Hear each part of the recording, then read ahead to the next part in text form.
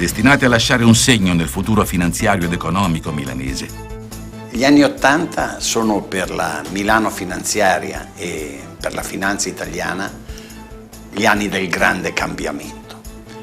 È uscito di scena il più grande finanziere laico, Raffaele Mattioli, e sta montando nel potere Enrico Cuccia, dominus, fondatore e veramente padrone di Mediobanca, che è diventata il salotto buono dell'economia e dell'industria italiana, dove siedono gli Agnelli, i Pirelli, ma soprattutto anche grandi banchieri stranieri.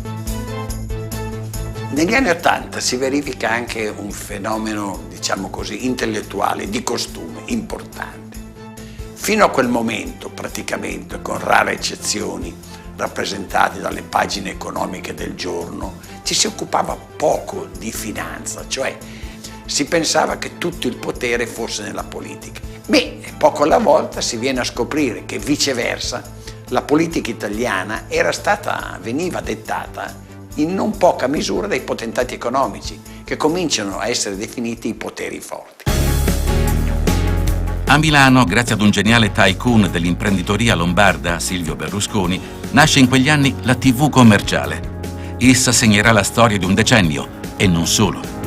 Le due principali personalità di quell'epoca, Bettino Craxi nella politica e Silvio Berlusconi nell'imprenditoria, erano milanesi. Questo trovarsi di Berlusconi e di Craxi fu una coincidenza di sentire fra il politico che rappresenta una novità del Partito Socialista di Craxi, che non aveva niente a che fare con il partito di De Martino di poco prima e così via, e il capitalismo, e in questo caso un capitalista come Berlusconi, rappresentava una nuova realtà, e non casualmente in una città che scherzosamente era la Milano da bere, era la Milano che era viva, che faceva nascere anche la moda in quel tempo, eccetera, eccetera, e che quindi dava il là a tutto il paese, dava un segnale a tutto il paese, come spesso è stato per Milano.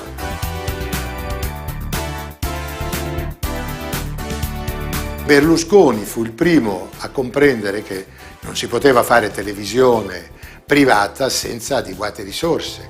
La televisione andava a braccetto con la pubblicità per creare ricchezza. Tu in televisione fai una campagna e in 15 giorni, se tu fai un bombardamento, in programmi naturalmente che abbiano tanta audience, un prodotto che oggi non è conosciuto fra 15 giorni diventa conosciuto da tutti. Chi in Italia aveva la sensibilità e aveva il gusto di intraprendere ha usato la televisione per lanciare, e Berlusconi ha fatto di questi imprenditori i suoi soci naturali, anche se non avevano partecipazione, ma erano quelli che l'hanno finanziato. La televisione nasce come fatto di impresa in quel momento.